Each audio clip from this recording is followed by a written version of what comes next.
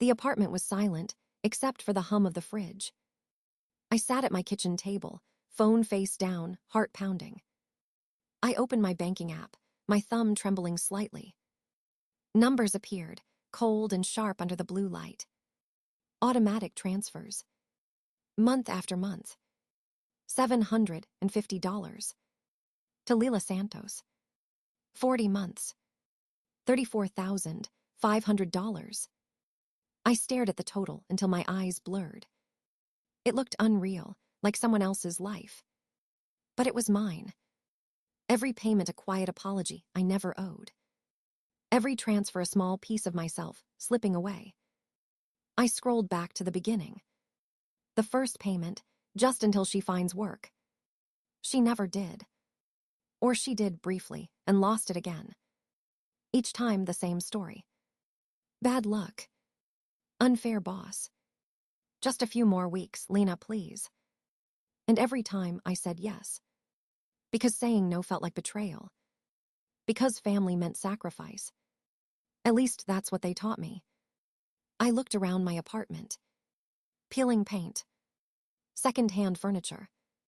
A window that barely closed. While Leela posted photos from weekend getaways. Cocktails, new clothes, a smile that never struggled. The laptop I dreamed of buying sat in her Instagram story. The same model I'd been saving for, now glowing on her desk. I swallowed hard, a knot rising in my throat. My reflection stared back from the dark screen. Tired eyes. 29 years old. Still living like a shadow behind someone else's light. My parents used to say I was the strong one. Responsible. Reliable. Their words sounded like praise, but they were a cage. Being the strong one meant being invisible. It meant paying everyone's bills and smiling anyway. It meant clapping for my sister's victories while mine went unseen. I remembered the orange bear keychain on my desk. The one Leela gave me when we were kids. She picked the pink one. Mom said it suited her better. Orange is ugly, Leela laughed, handing me the leftover. And I kept it. Carried it through school, college, adulthood. A symbol of what I was given, the rest, the remainder. I reached for it now, feeling the worn fur under my thumb. The color had faded to dull amber. Like me, I thought. A little used, a little tired. But still here. Still holding on. Something inside me stirred, quiet, unfamiliar. Not anger, not yet. Just awareness. A whisper that said, this isn't living. Outside, rain streaked the window glass. Seattle gray. Inside, a decision began to form, slow but steady. I didn't know what it would cost. But for the first time, I wondered what it might feel like to stop giving. To stop explaining. To stop carrying everyone else. And maybe, finally, start carrying myself. The night stretched long and heavy around me. Streetlights flickered through the blinds, slicing gold lines across my desk. The orange bear keychain sat beside my laptop, staring back like a witness. I opened a blank email. The cursor blinked, patient, expectant. My fingers hovered above the keys, trembling slightly. I typed the first word slowly. Dear Mr. Whitaker, the landlord's name felt strange under my fingertips. I am writing to inform you that, effective immediately, I will no longer be making rent payments on behalf of my sister, Lila Santos. The sentence looked too bold, too final. I reread it 3 times. Then I pressed save. A draft for now. But it felt like the first breath after years underwater. I opened another tab. My bank account page loaded, familiar and cruel. Recurring payment, $750 first of each month. Cancel. A small button, almost innocent. My cursor hovered over it. One click could change everything. I hesitated. Guilt whispered from the shadows. What if she really needed it this time? What if Mom called again, crying about family duty? What if I became the villain of their story? But another voice rose quietly beneath the fear. What if I didn't care anymore? What if I chose peace instead of permission? I clicked. The confirmation window popped up. Are you sure you want to cancel this payment? Yes. My chest tightened, then loosened. For a moment, the silence felt electric. I opened a third email. This one would go to my parents. I wrote the subject line slowly. Financial boundaries, effective immediately. The words looked clinical, but my pulse raced like a confession. In the body of the email, I listed everything. 40 months of rent, utility bills, car repairs, emergency cash that wasn't emergencies, $34,500 in total. Each line a record of my erasure. At the bottom, I typed, "This arrangement ends today. Please respect my decision." Short, clear, final. I stared at the 3 drafts sitting side by side. Each one a door I could finally close. I checked the clock. 3:14 a.m. The city outside was asleep, unaware that my life was shifting in real time. I reached for my coffee mug, cold now, bitter at the bottom. The cursor blinked again, waiting. I pressed send. The first email flew out like a sigh. Then the second. Then the third. The sound of the outgoing male tone echoed in the small apartment. It was done. No confetti. No music. Just quiet, the kind that fills you when you've finally stopped breaking yourself to keep others whole. I leaned back in my chair, eyes stinging. Somewhere between exhaustion and relief, I realized something simple. This wasn't anger. This was reclaiming. And maybe, for the first time, the silence was mine to keep. The morning came gray and heavy with rain. My phone buzzed before I even opened my eyes. 17 missed calls. Mom, Dad, unknown numbers that probably weren't so unknown. I scrolled through the messages without reading. The same words over and over. How could you do this? Your sister is devastated. Family doesn't abandon family. I placed the phone face down on the counter. Let them talk. For once, I didn't owe anyone an answer. At work, the world went on as if nothing had happened. Printers hummed. Laughter echoed near the break room. Sarah from the next desk placed a cupcake on mine. "Happy belated birthday," she said softly. My throat tightened before I could thank her. It was the first birthday anyone had remembered this year. A single candle. One flicker of light in a long tunnel of silence.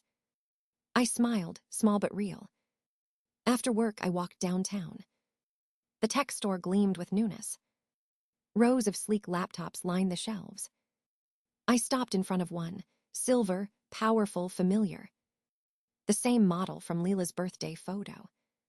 The one I couldn't afford because I'd been paying her rent. "Can I help you?" the salesman asked.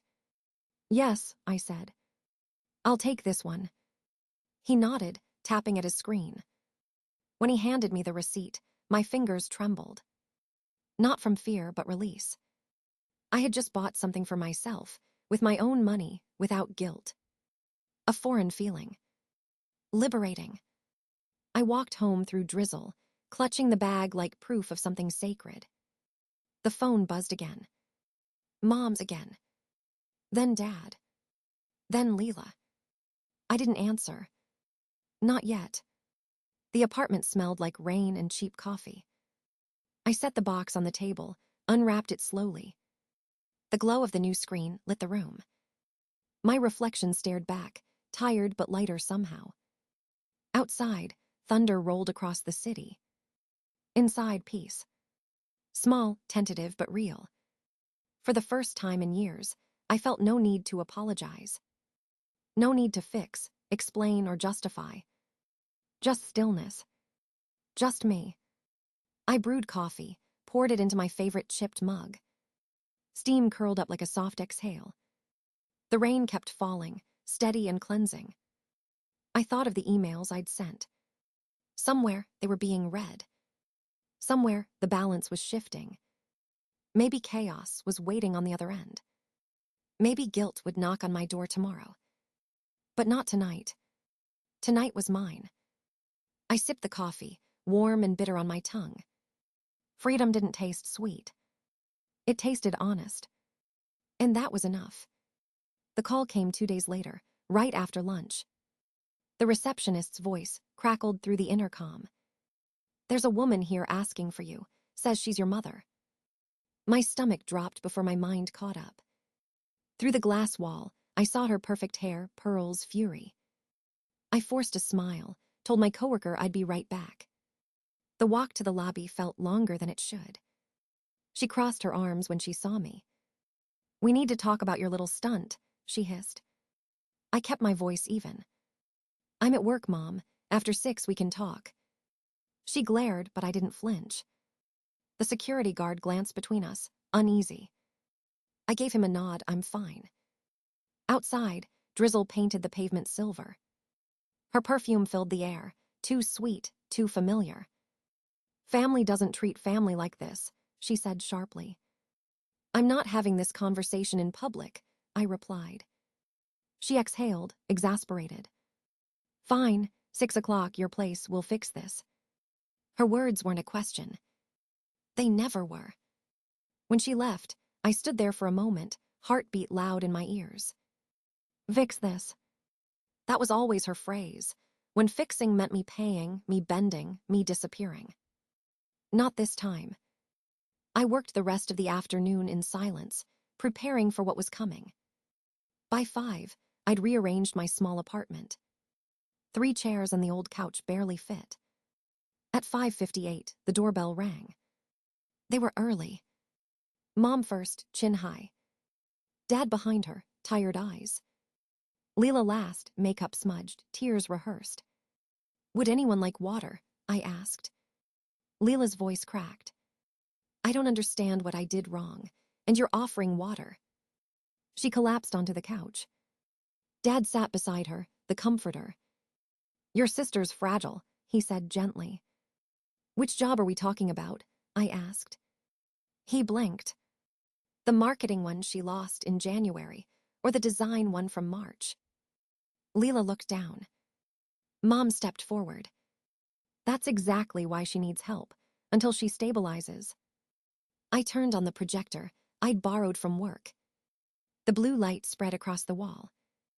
"This is her termination notice," I said. "Excessive absences, final warning." Dad frowned. "I didn't realize." "Here's her Phoenix trip, 3 days later, paid with my emergency rent money." Images flickered, poolside photos, champagne, laughter. The room went still. I advanced the slides. Bank statements. Transfers. $34,500. My savings. My silence. My sacrifice. I looked at them, all 3. "I'm not asking for permission," I said quietly.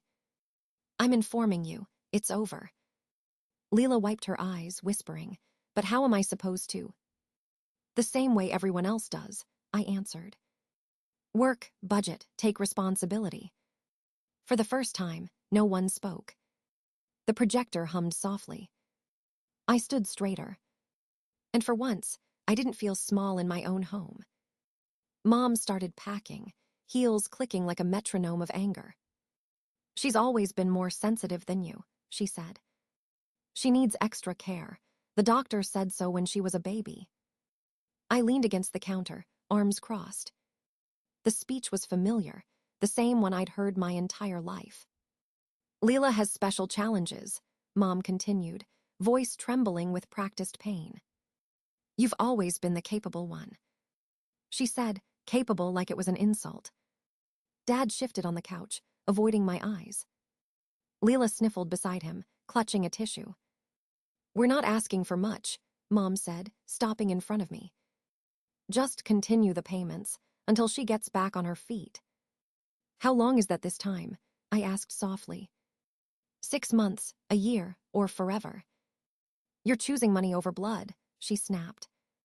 I laughed, short, bitter, startled even myself. "This isn't about money," I said. It's about respect, about $34,000 of being ignored. That's not fair, Dad interrupted weakly. No, I said, my voice steady. It wasn't fair when you missed my graduation. It wasn't fair when I worked 2 jobs while she lived off my checks. And it wasn't fair when you forgot my birthday again. Silence fell heavy, like dust on forgotten furniture. Leela's sobs turned softer, uneven. Her mascara streaked down her cheeks, no longer staged. I can't do this, she gasped. I don't know how to live without help. The honesty startled me. For a moment, I almost stepped forward. The old instinct to fix, to soothe, rose like muscle memory. But I stayed still. You'll learn, I said quietly. The same way I did, one step at a time. Her eyes met mine, wide and scared. Something passed between us. Not forgiveness, but understanding. Dad cleared his throat. I failed you both, he said, voice rough. Especially you, Alina. My breath caught. In 29 years, he had never said those words. I minimized you because you seemed strong, he continued. You never complained. You carried the load, so I let you. He looked older suddenly, smaller somehow. I can't change the past, but I want to do better. Words I never thought I'd hear. But words weren't enough anymore. Then show me, I said. Leela needs a real job, a budget she sticks to, and therapy for all of us. Mom opened her mouth, but Dad stopped her with a glance. And money, he asked quietly. Ends today, I said. But emotional support, with boundaries, can stay. He nodded slowly, eyes shining. Then he stood, walked to me and hugged me. Not the quick, awkward hug of obligation. A real one. Warm, solid, trembling. I let myself lean into it, just for a moment. When they left, the apartment felt lighter. Not empty. Just mine again. Outside, rain began to fall softly. Inside, I finally exhaled. And for the first time in my life, peace didn't feel like guilt. The morning sun spilled through the tall windows of my new apartment. Boston stretched beneath me, bright and unfamiliar. 1 year had passed since the night I said, no more. I stood by the window, coffee warming my hands. The skyline still surprised me, a view I had earned. 30 years old today. My reflection in the glass looked different. Shoulders back, eyes steady. Peace had replaced survival. My phone buzzed with a message from Tamara.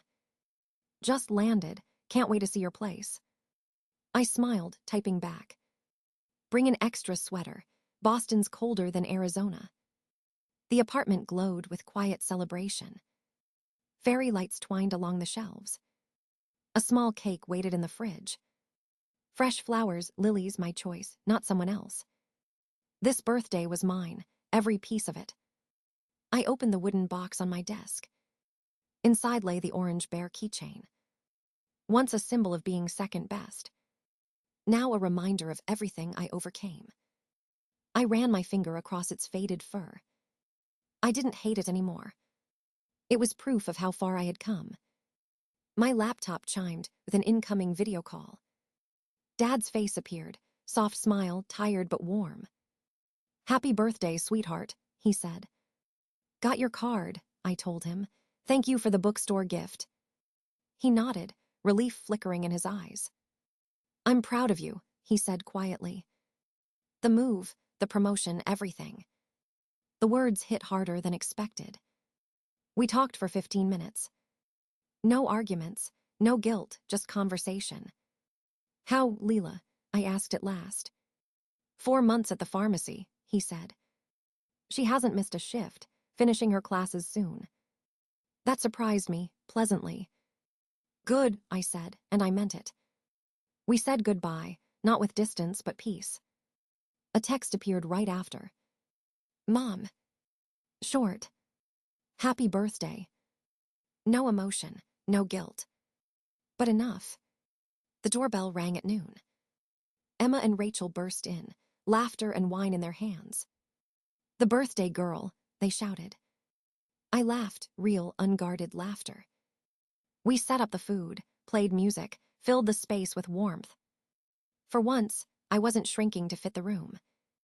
I belonged in it. Later, my phone pinged again. An email. From Leela. The subject read, "Your day." My heart tightened, then steadied. The message was short. "Happy birthday, Alina. I took your help for granted. I'm trying to do better." No excuses, no manipulation. Just truth. I typed a reply, kind but firm. "I'm glad you're trying. Keep going." When I looked up, the lights shimmered against the walls. Laughter filled the air. I caught my reflection in the mirror. A woman at peace. Smaller family, stronger heart. This time, I whispered it out loud. I'm the one worth celebrating. The party faded into soft music and quiet laughter. Plates empty, candles melted low. I stepped out onto the balcony, the city glowing beneath me. Cold air brushed my skin, crisp and alive. Boston shimmered like a promise kept. Inside, my friends talked, their voices warm, familiar. I looked back at them and smiled. This was my life now. Built from the pieces I once gave away. No debts, no guilt, no silence swallowing me whole. Just peace, earned, not gifted. My phone buzzed again, a message from Dad. "Proud of you always." I didn't reply right away. I just held the phone, feeling the weight of those words. Then I turned it off. No noise, no past chasing me anymore. Only the sound of wind and distant laughter. The skyline blinked in gold and silver. I closed my eyes, breathing in the freedom of ordinary joy. The kind that doesn't demand or apologize. The kind that simply exists. When I opened my eyes again, I whispered to the night, "I'm home.